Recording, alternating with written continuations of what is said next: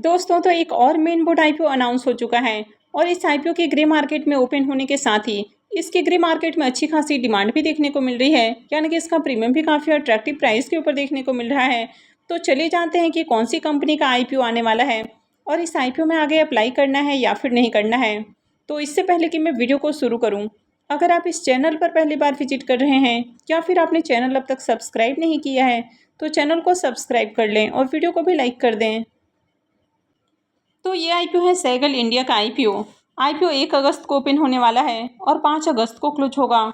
IPO में face value देखें तो 5 रुपये का है। हालांकि अब तक आईपीओ के प्राइस बैंड और लॉट साइज अपडेट नहीं किए गए हैं कि आईपीओ में प्राइस क्या होने वाला है और कितने शेयर्स का लॉट होने वाला है।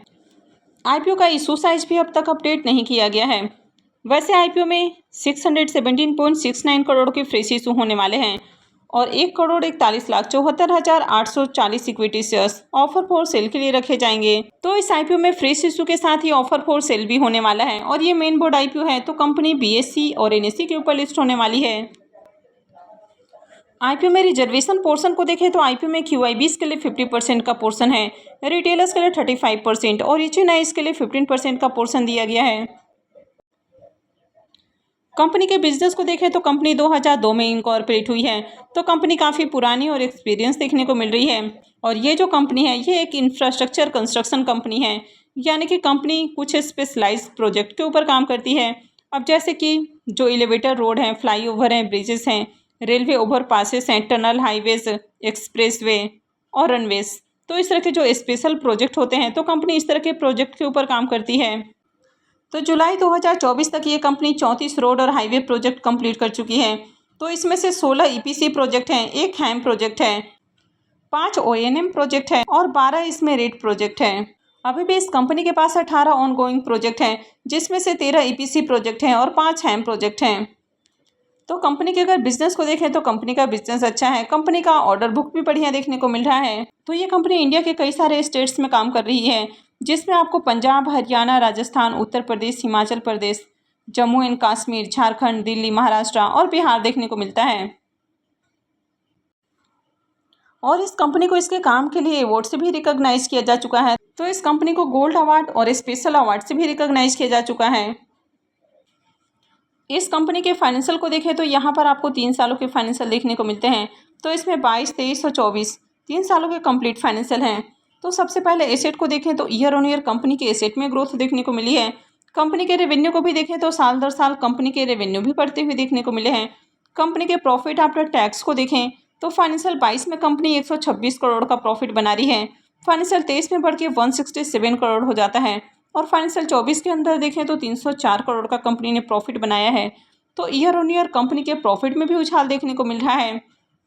कंपनी के नेटवर्थ को देखें तो कंपनी के नेटवर्थ भी कंटिन्यू इंक्रीज हुए हैं और अगर कंपनी के बोरोइंग्स को देखें तो कंपनी के जो डेट है वो भी कंटिन्यू इंक्रीज हुआ है और कंपनी के ऊपर डेट अभी आपको काफ़ी हेवी देखने को मिल रहा है, यानी कि 1811 करोड़ का डेट है, जो कि काफ़ी हेवी डेट हो जाता है। हालांकि कंपनी आईपीओ से जो फंड रेज करने वाली है तो उसमें से कुछ पैसा कर्ज के भुगतान के ऊपर खर्च करेगी। तो आगे हो सकता है कि कंपनी आपको पूरी तरह से डेट फ्री होती हुई देखने को मिले या कंपनी के ऊपर डेट आपको कम देखने को मिलेगा। तो अगर इसके डेट को छोड़ दिया जाए तो बाकी के फाइनेंशियल आपको अट्रैक्टिव देखने को मिलता है। तो अब तक इसके पूरे डिटेल्स अपडेट नहीं किए गए हैं, जैसे कि कंपनी का मार्केट कैप कितने का होने वाला है। वैसे आरओई और आरओसी नंबर को देखें तो दोनों ही नंबर काफ़ी शानदार हैं।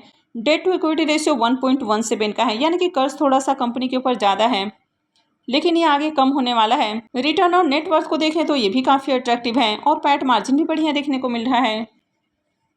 अब कंपनी आईपीओ से जो फंड रेज करने वाली है तो उसका यूज इक्विपमेंट को खरीदने के ऊपर करने वाली है और उसके अलावा कर्ज के भुगतान के ऊपर करने वाली है।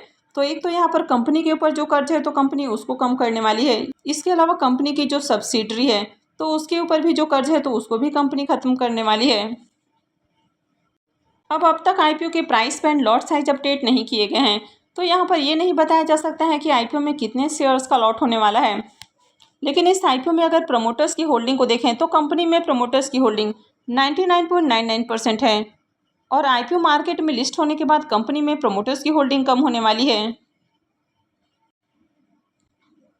आईपीओ के इम्पोर्टेंट टाइम टेबल को देखें तो आईपीओ 1 अगस्त यानी कि थर्सडे से ओपन होने वाला है और ये 5 अगस्त को क्लोज होगा। आईपीओ का अलॉटमेंट डेट 6 अगस्त होने वाला है। रिफंड डेट 7 अगस्त रहेगा। क्रेडिट डेट भी 7 अगस्त है और आईपीओ की लिस्टिंग 8 अगस्त को होगी।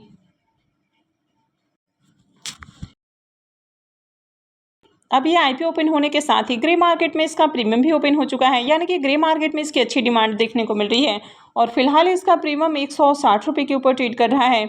लेकिन अब तक आईपीओ के प्राइस बैंड, लॉट साइज वगैरह अपडेट नहीं किए गए हैं, तो इसे ये नहीं बताया जा सकता है कि इसका प्रीमियम अभी किस परसेंटेज के ऊपर ट्रेड कर रहा है, क्या आईपीओ से आपको एक लॉट के ऊपर कितना प्रॉफिट हो सकता है। वैसे ओवरऑल जिस तरह का ये कंपनी देखने को मिला है, तो कंपनी का बिजनेस अच्छा है, फाइनेंशियल भी अट्रैक्टिव है। तो अगर आगे इसका एंकर लिस्ट बढ़िया आता है तो इसमें भी अप्लाई करने के लिए रेडी रहना है। वैसे इससे जुड़ी हुई बाकी की डिटेल्स जैसे ही अपडेट होती है तो मैं भी आपको अपडेट कर दूंगी। तो अभी back to back main board IPO भी अनाउंस हो चुके हैं, यानी कि 30 जुलाई को एक आईपीओ ओपन होने वाला है, उसके बाद 1 अगस्त को एक आईपीओ ओपन होगा और 2 अगस्त को एक और मेन बोर्ड आईपीओ ओपन होने वाला है। तो आपने देखा कि 1 अगस्त को सेगल इंडिया का आईपीओ ओपन होने वाला है और उससे पहले 30 जुलाई को एक्यूम ड्रग्स एंड फार्मास्यूटिकल का आईपीओ ओपन होने वाला है और ये आईपीओ 1 अगस्त को क्लोज होगा। आईपीओ में फेस वैल्यू 2 रुपये पर शेयर है, बुकिंग प्राइस 679 है और 22 शेयर्स का लॉट है। आईपीओ 1856.74 करोड़ का है, तो ये भी काफ़ी बड़ा आईपीओ होने वाला है। इसमें 680 करोड़ रुपीज़ के फ्रेश इशू हैं और 1176.74 करोड़ का ऑफर फॉर सेल रहेगा। आईपीओ में एम्प्लॉयज़ के लिए 64 रुपीज़ पर शेयर डिस्काउंट दिया गया है और ये मेन बोर्ड आईपीओ है, तो कंपनी बीएससी और एनएससी के ऊपर लिस्ट होने वाली है। अब इस आईपीओ में देखें तो क्यूआईबीज के लिए 75% का पोर्शन है और रिटेलर्स के लिए मात्र 10% का इसमें पोर्शन रखा गया है और एचएनआईज के लिए 15% का पोर्शन है। अब ये आईपीओ कल ही एंकर इन्वेस्टर्स के लिए ओपन हो जाएगा, तो इसकी एंकर लिस्ट आएगी तो मैं आपके साथ शेयर करूंगी। इसके भी प्रीमियम को देखें तो इसकी भी ग्रे मार्केट में अच्छी डिमांड अभी देखने को मिल रही है और फिलहाल इसका प्रीमियम 170 रुपये के ऊपर ट्रेड कर रहा है। आईपीओ में 22 शेयर्स का लॉट है, तो ऐसे में आईपीओ से 3,740 रुपये एक लॉट से प्रॉफिट हो सकता है।